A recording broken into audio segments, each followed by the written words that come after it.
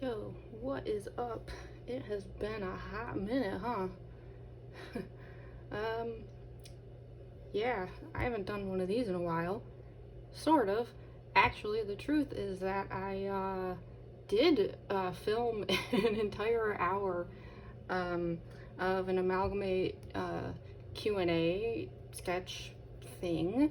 And then the whole video got corrupted. And believe me, I tried everything. I spent hours trying to salvage it. I don't know what happened. It was the most like corrupted thing on my phone ever. So despair. And that was actually a couple weeks ago. And then, you know, things got super hectic and crazy, and I didn't have time to redo that whole hour that I had in fact done. But I'm gonna do it again because I thought that was bullshit. So this is a completely different sketch than the one I did last time. I didn't think the one I did last time was that good anyways, so it wasn't like a huge loss or whatever. And it was kind of like a depressing drawing. I thought I'd do something like kind of cute this time.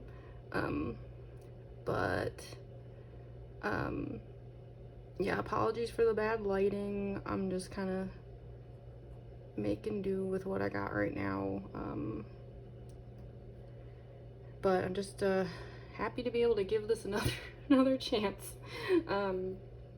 So as I said, this is like a Q&A thing.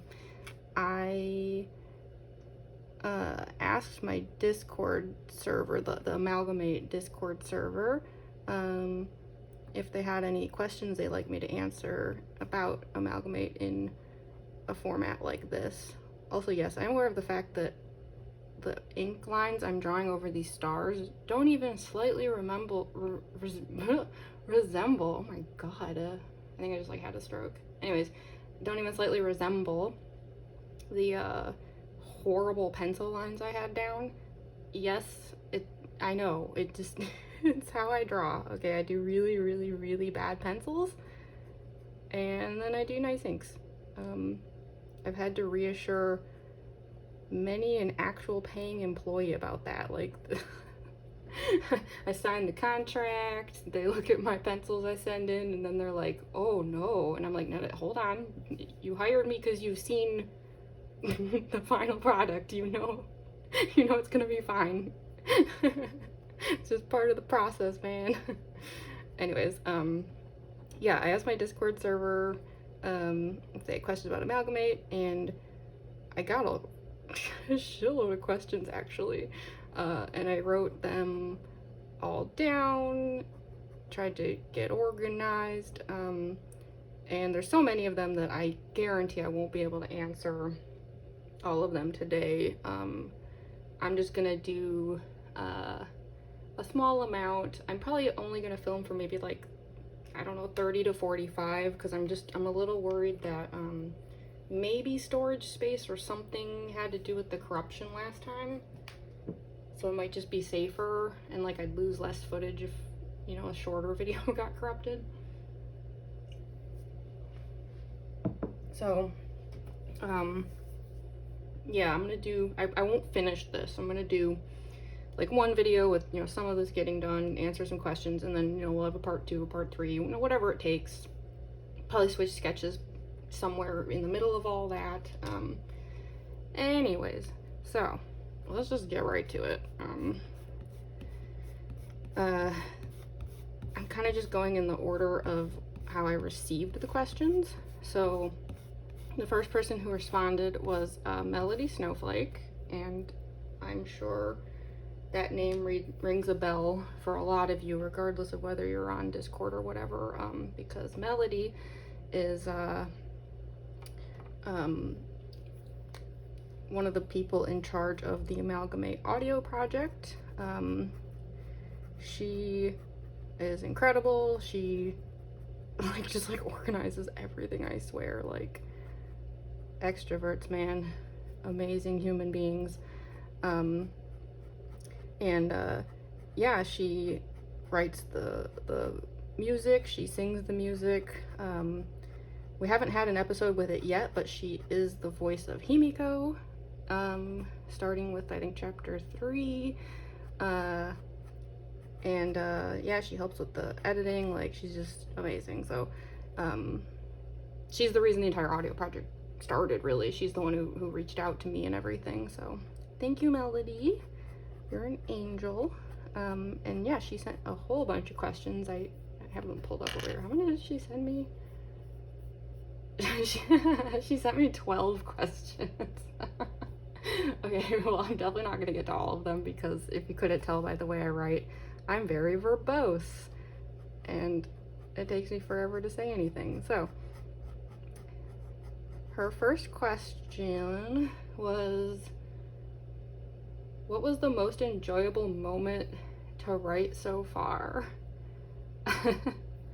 I mean, that's such a tough question, because there's like a lot of possible answers to that, but I think if we're just going off like the feeling of just pure joy in the moment, I think I'm gonna have to give it to when Kokichi first woke up for real, in chapter 8, I think.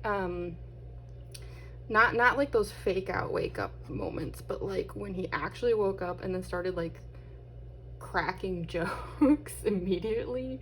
I guess like I just had missed him so much at that point. Like, yeah, he'd been awake, but he wasn't like acting like himself. Like, he was, you know, freaking out and shit.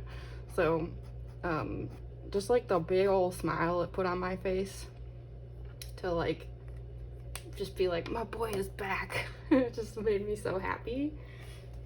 So I think I'm gonna have to go with that. It's a toss-up though, because I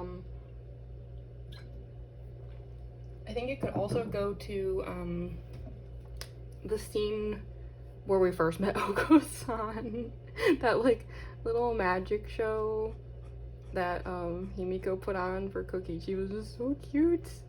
And then there was a bird and it was like delightful. So just those were moments of pure joy. The second question she sent me was, what's your favorite scene of the ones that are currently published? Oh yeah, that's probably an important thing for me to mention. At the time that I'm filming this, 12 chapters are out. So there could be spoilers.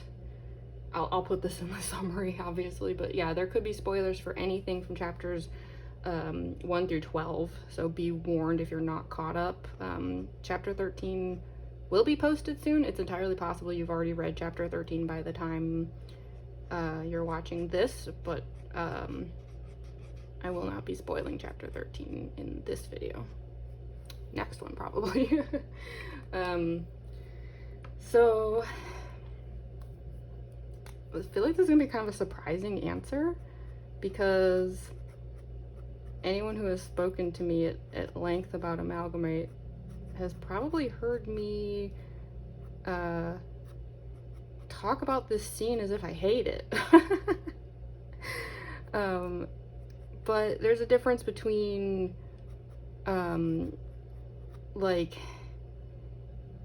finding a scene upsetting but still like appreciating how much you love a scene, you know?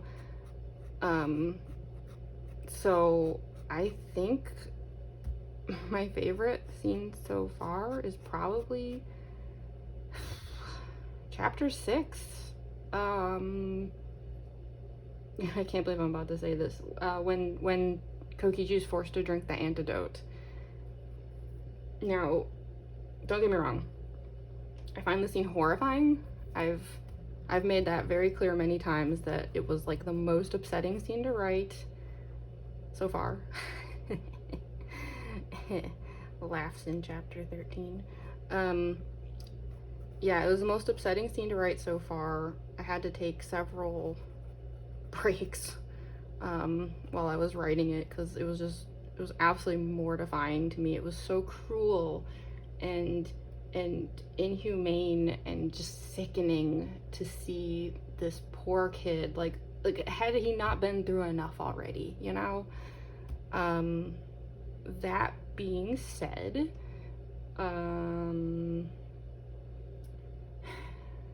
it was just a really cool scene. It was the first time that we saw everyone truly working together for this cause of not letting this kid die in this canon divergence. Like, just wasn't gonna stand for it, you know? It was the first time we saw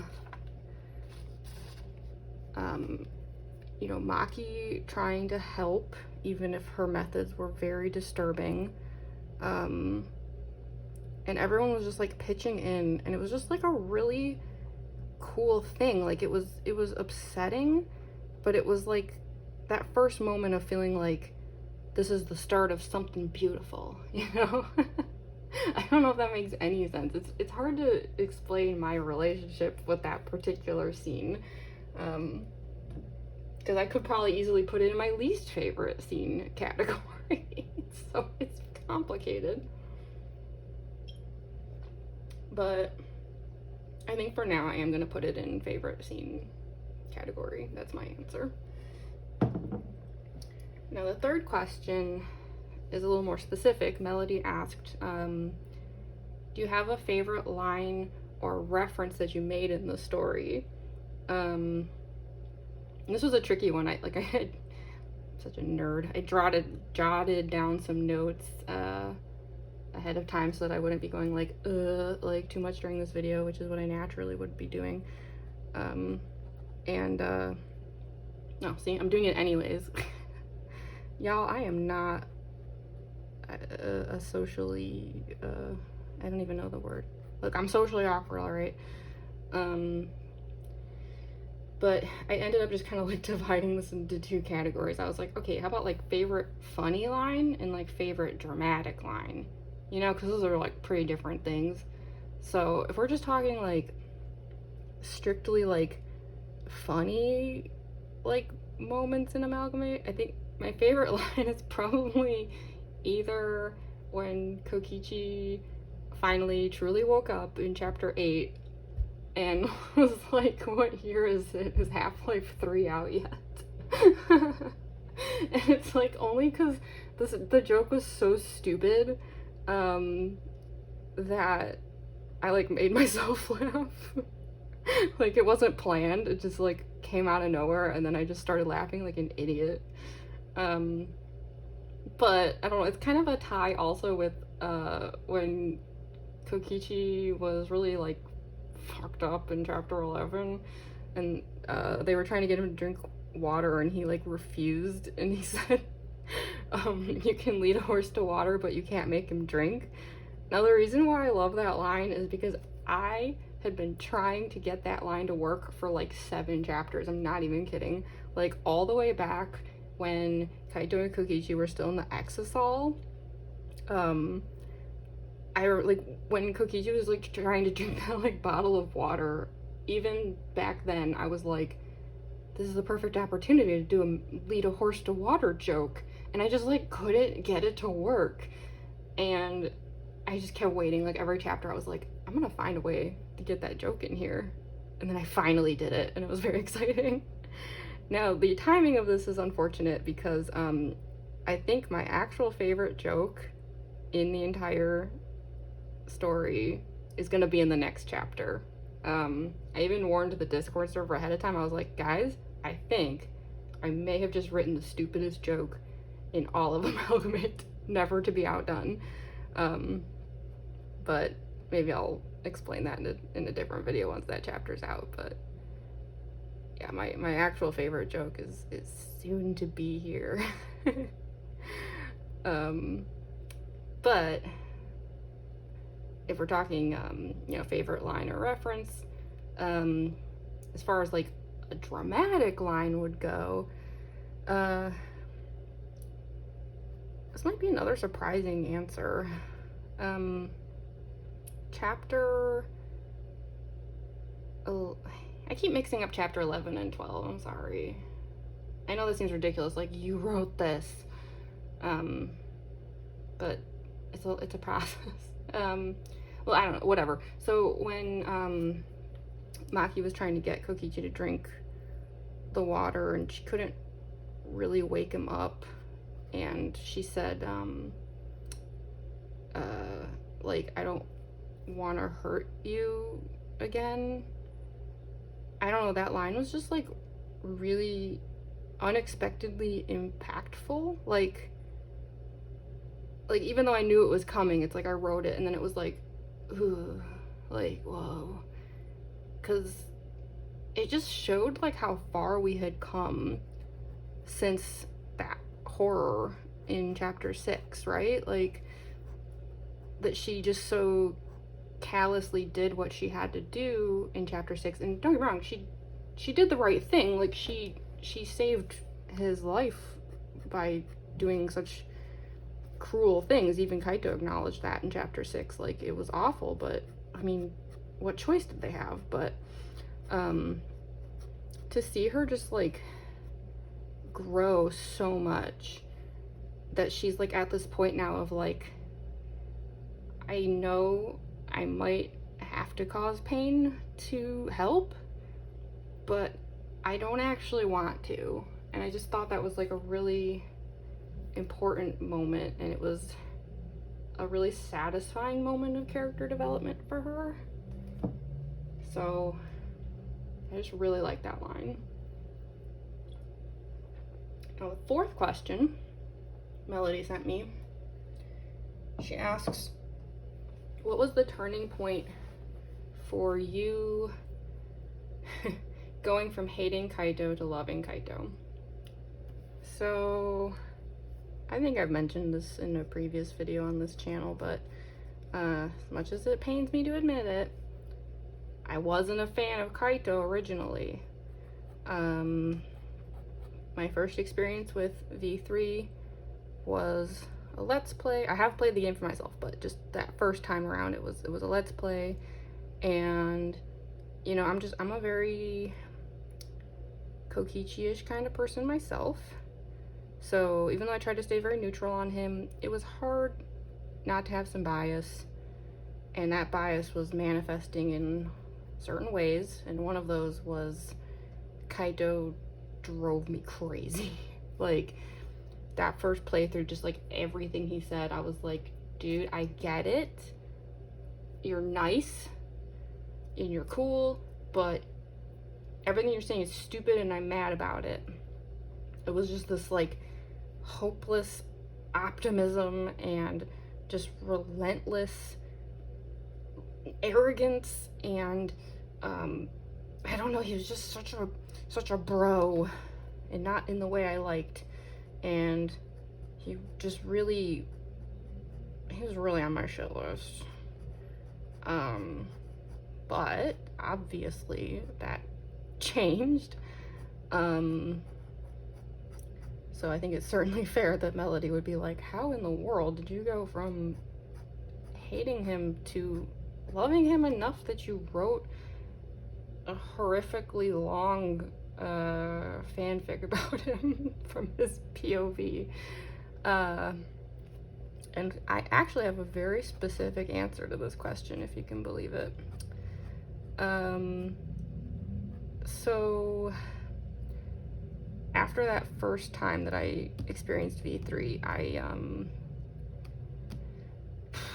remember I waited a few days to, like, digest the game, and then I jumped into character analysis stuff. You know, I was, like, reading a lot of things, watching a lot of videos, and trying to really understand Kokichi, because I was still pretty baffled by a lot of it. You know, I don't feel like I think this is normal. Like, I didn't come out of that first viewing just being like, I got it. Like, I totally get this weird kid. It's like, no, like, I got him, like, on an emotional level, but as far as, like, the plot, the the really complex stuff. Like, there was a lot that I felt like I really needed to wrap my head around still. So yeah, I started really diving into that, and obviously Kaito came up a lot, and I began to realize, like, the more I was analyzing Kokichi, the more I was starting to understand Kaito. And I think that's pretty common. I've heard a lot of people say that, actually. So yeah, I started to just kind of have that realization of like, you know, Kaito's more interesting than I gave him credit for. Maybe I need to think about this a little harder. So I watched a few more Let's Plays of V3.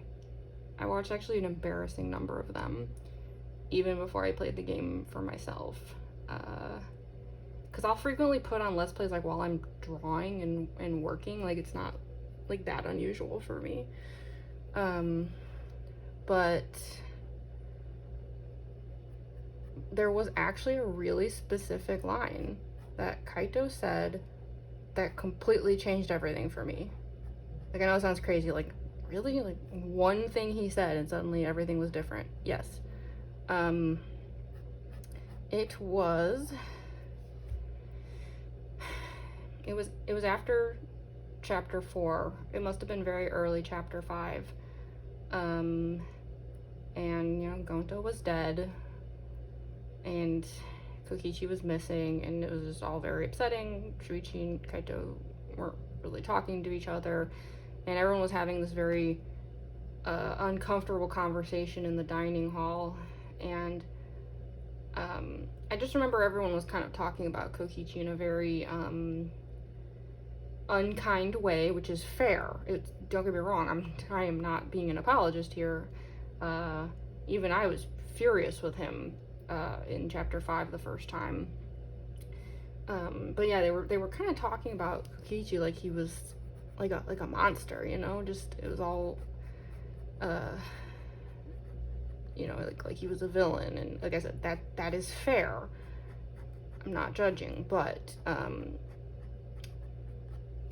at some point Kaito said, I guess Gonta and Kokichi both cracked under that pressure. And as insignificant as that line might sound, it like changed everything for me. Like, it was a sudden realization of he included Kokichi in that statement. Like, he was the first person after chapter 4 to talk about Kokichi like he was genuinely a human being. Like, everyone else seemed to come out of that trial being like, Kokichi's a heartless monster and he just did this for funsies. And that line made me realize, like, despite everything, despite the fact that I'm pretty sure Kaito voted for Kokichi as the blackened, he was the only person who came out of it being like, well, I really hate what he did, but, you know, there's a possibility here that Kokichi was just a kid like the rest of us who, you know, got spooked. He was about to be murdered and he did some bad shit, but it came from a place of him cracking under the pressure, just like Gonta. And I thought that was so interesting. And I just really started to pay attention to him more after that. Like, that's when, like, my analysis of Kaito really began, from that moment onwards, when I realized that just there was a lot more to him that I hadn't paid attention to or just given proper credit to. And look at us now. Anyways, in a similar vein, Melody's next question was, how has your opinion of Maki changed throughout this whole experience? And girl, you know that's a loaded question. Oh boy. So, oh man. This one's even harder, so here's the thing. Like Kaito, I had a pretty low opinion of Maki, but in a different way. And I don't feel like this is uncommon among Kokichi fans. I don't know how to put this nicely. The way I put it to my roommates when they played V3 afterwards, I said, every time I play this game or watch a Let's Play, my opinion and my respect for most characters improves. With one exception, and that's Maki. I felt like my opinion actually kept getting lower. I was becoming increasingly disgruntled, I'll put it that way. And it's the whole song and dance. We've all heard it before from Kokichi fans. It's the whole, she didn't get, you know, proper repercussions for what she did. She didn't seem sorry for what she did. I felt as if she killed Kokichi and indirectly killed Kaito, and nothing really happened as a result. Like, she kind of just got off scot-free and everyone forgave her, and it was just frustrating. And so it kind of soured my opinion of her more and more and more every time that I watched or played the game. So, unlike Kaito, where I started writing this story with already an improved opinion of Kaito compared to before, I would dare say my opinion of Maki was actually as low as it could have been when I started writing Amalgamate. Which is rough. And it put me in a pretty difficult position because I wanted Amalgamate to be a really, really grounded take on V3, which meant characters had to be in character and things had to happen regardless of my damn opinion on it. No bias allowed, basically. And, you know, Maki is still alive, even when the canon diverges. You know, I can't do anything about that, so, sorry. I just figured I'm gonna have to just, make my peace with this, you know, like, go into this not thinking one way or the other about her, just like pretend you're a Maki stan and proceed accordingly. And then, you know, we'll see where we go from there. So it was hard at the beginning of Amalgamate to not paint her in a really bad light. I didn't want to be unfair. But, you know, there were things I certainly wanted to say, and I felt like I couldn't without, you know, getting in trouble. So, I think the best way to put it is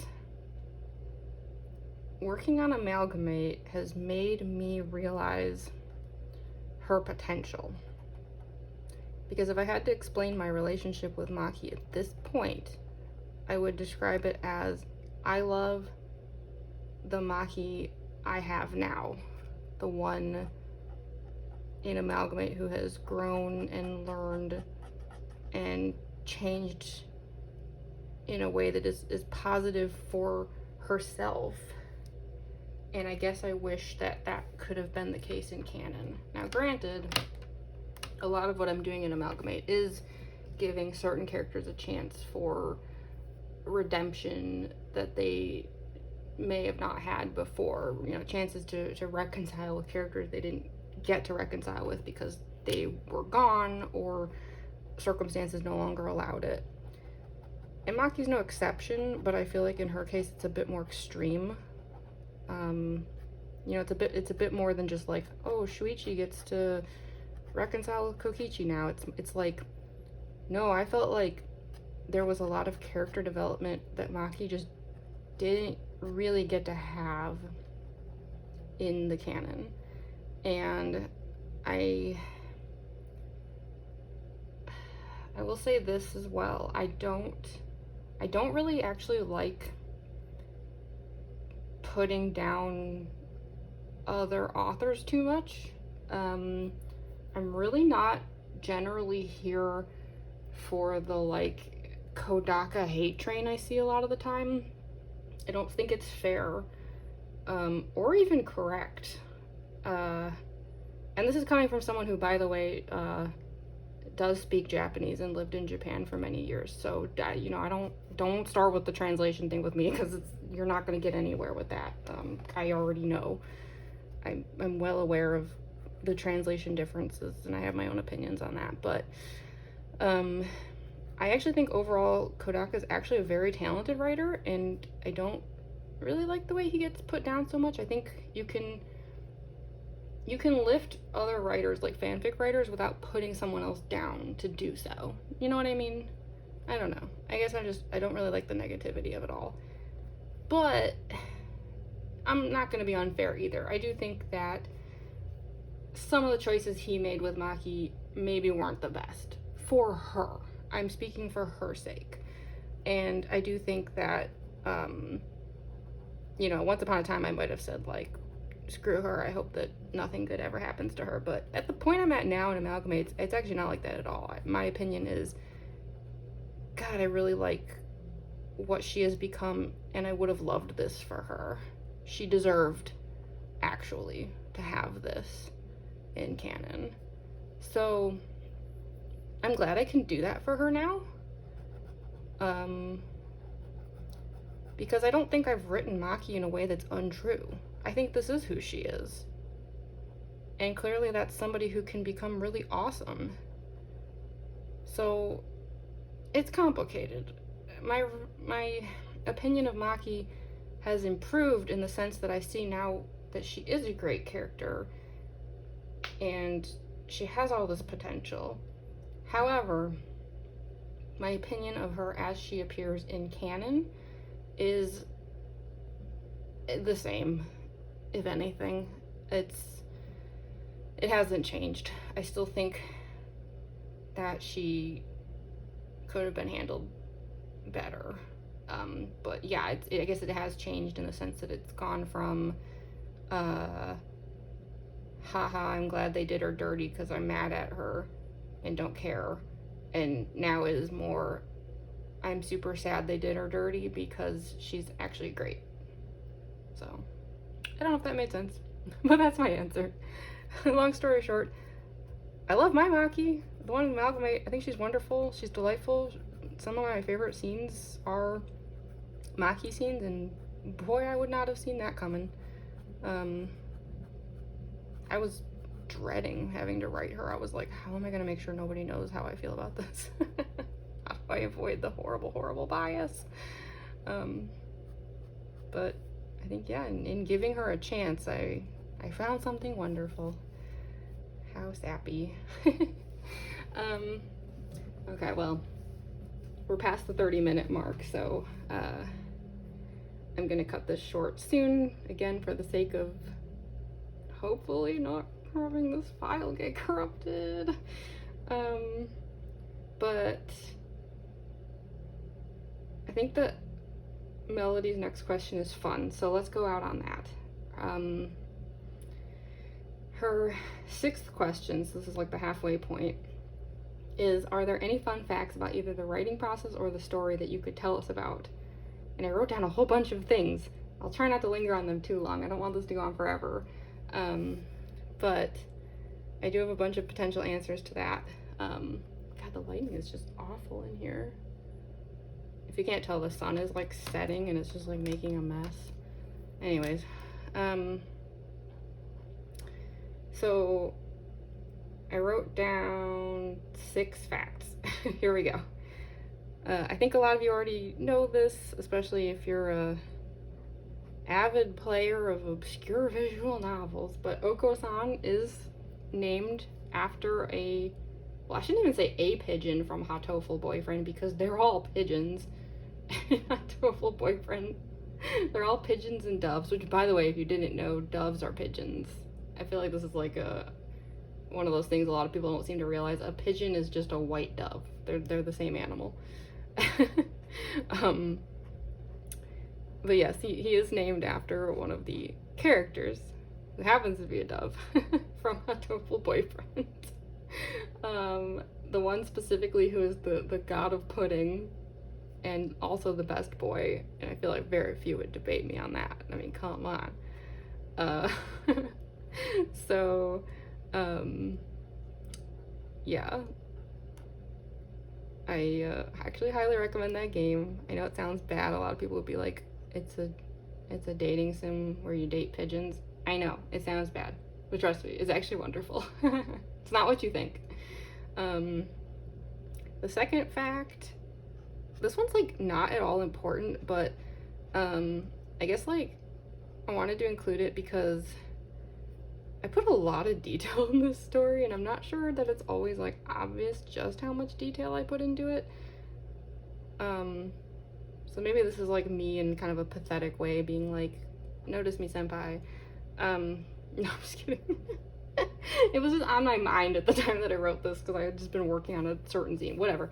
So I just wanted to point out that in the searchlight, in I think it's chapter 10, when they're at the orphanage, Kokichi has 3 things wrong with him. He has a head cold, a scraped knee, and a sprained ankle.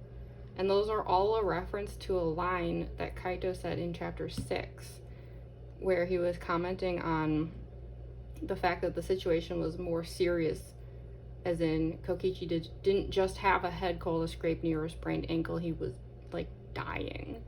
I put a lot of weird shit like that in Amalgamate, I gotta be honest. So I don't know why I felt like pointing that one out, but whatever.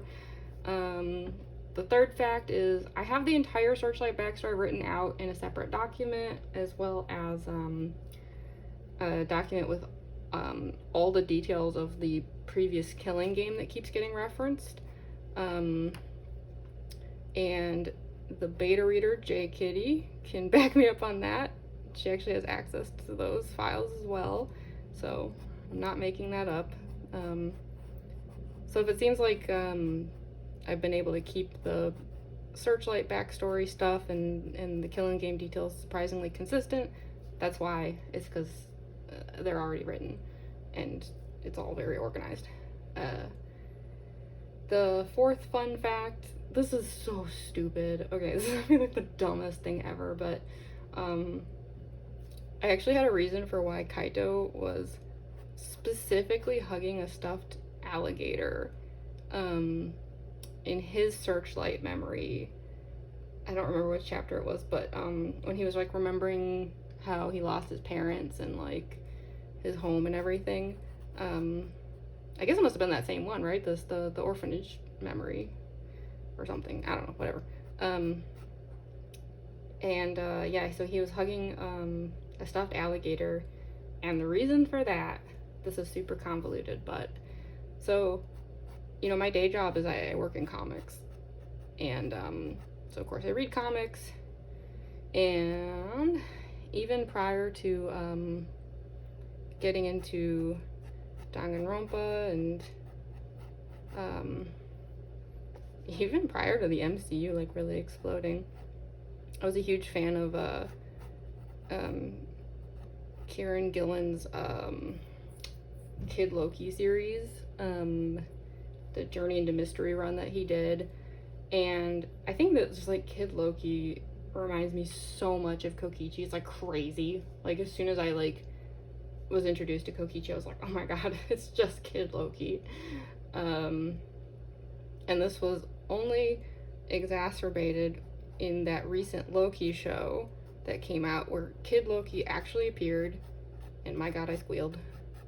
And for some reason he has like Kokichi's hair, which is very weird because his hair's like not visible in the comics. He wears like a hood thing. I mean, it's you can see it sometimes, but it's like he doesn't have Kokichi's hair, so I don't know if someone like working on that show is like a fan of V3 and is making the same joke as me. I don't know, whatever.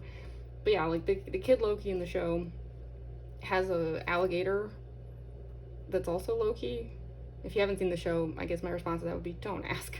Just don't worry about it. Whatever. Alligator Loki.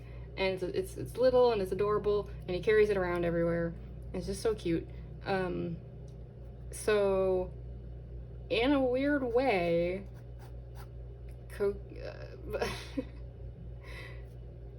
the alligator is a Loki, which means in my brain is also basically Kokichi. And so when Kaito in that flashback is hugging a stuffed alligator, in my head it's basically he might as well be hugging Kokichi. And if you want proof of that, later in the chapter he actually does have his arms around Kokichi and like has a moment of confusion where he has to remind himself he's not hugging that stuffed animal. So I'm not like pulling this out of my ass. It's like an actual joke I was making that I knew no one would get. So there you have it. The fifth fact, just as an aside, I love strawberry daifuku. That's why that got referenced. I used to live in Japan for years, and strawberry daifuku is one of my favorite things. So there's several reasons why I brought it up in that scene and had Kokichi specifically experiencing strawberry daifuku and clearly loving it, but the most basic reason was I love it. And miss it terribly. And like writing that whole scene, I was like, oh my god, I would kill for strawberry daifuku right now.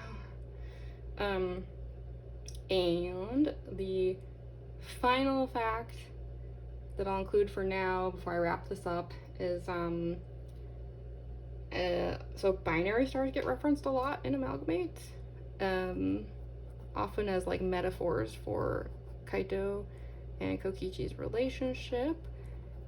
And part of that is because it is just a great astronomy metaphor for Kaito to use to explain his current situation with Kokichi. But it's also because in real life, for the past 6 years, I've been working on a comic series called Binary Star. So it's a bit of an inside joke on my part as well, of like, teehee, also that thing I do. So, yay. Anyways, I'm gonna wrap this up here. Obviously, we're not done. But I just, to make sure that this video doesn't implode on itself and eat its own tail like an Ouroboros, I'll end it for now. We'll pick up right here again where we left off in the next one, and I will try to answer the rest of Melody's questions. So anyways, I hope you enjoyed, and yeah, thanks for watching. Bye.